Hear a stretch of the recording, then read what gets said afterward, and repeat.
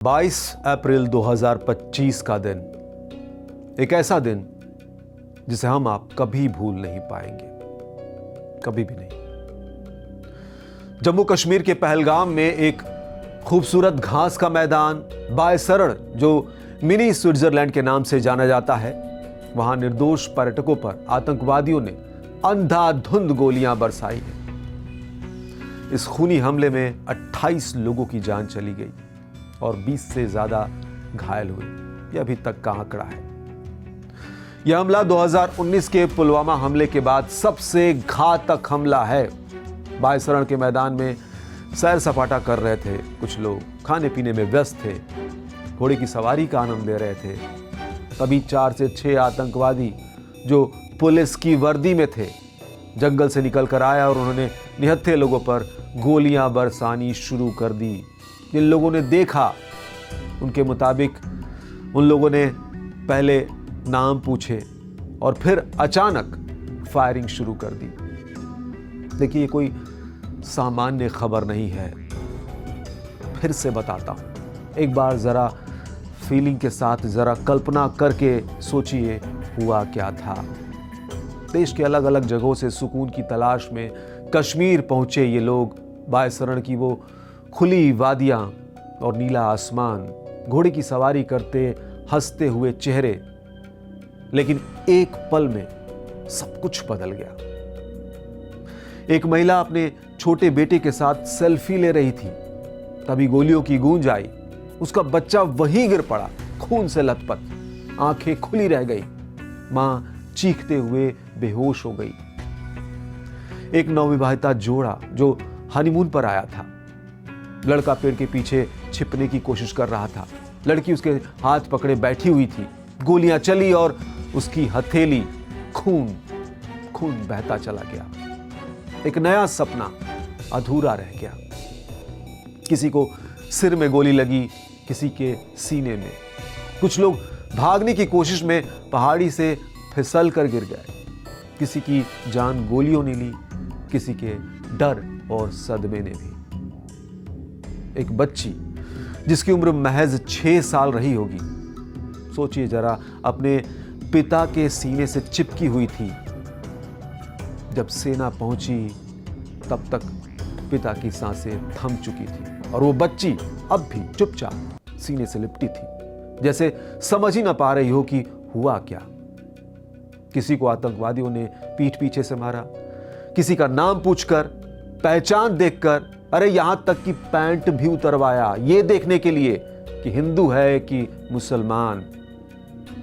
कई लोगों से कलमा भी पढ़वाया गया, जो ना पढ़ सके उनके सिर में या सीने में गोलियां उतार दी गई। वो जो कल तक मुस्कुरा रहे थे, आज तस्वीरों में रह गए। पहलगाम के बर्फ जैसे शांत माहौल में आज भी उनकी चीखें जैसे गूंज रही हो। इस हमले की जिम्मेदारी द रेजिस्टेंस फ्रंट नाम के आतंकवादी समूह ने ली है, जो पाकिस्तान में लश्कर-ए-तैयबा का एक ब्रांच है। खुलेआम ले ली जिम्मेदारी। कर लो जो करना है। क्या कर लोगे? खुला चैलेंज है उनका। कब तक चुप रहेंगे हम? इस हमले में मारे गए लोगों में 26 वर्षीय भारतीय नौसेना अधिकारी विनय नरवाल भी शामिल थे, जो अपनी नई नवेली पत्नी के साथ यहां आए थे। ये यात्रा उनके जीवन की नई शुरुआत थी, लेकिन आतंकवादियों ने उसे अंत में तब्दील कर दिया। एक इंटेलिजेंस ब्यूरो के अधिकारी अपनी पत्नी और बच्चे के साथ छुट्टियां मना रहे थे। क्या पता था, गोली मार दी गई उनकी पत्नी और बच्चों के सामने। कर्नाटक के मंजूनाथ अपनी पत्नी के साथ घूमने आए थे। इस हमले में मंजूनाथ की हत्या कर दी गई। पत्नी ने क्या कहा कि मुझे भी मार दो। आतंकी बोले, मोदी को बताने के लिए छोड़ रहे हैं। कब तक चुप रहोगे? कब तक?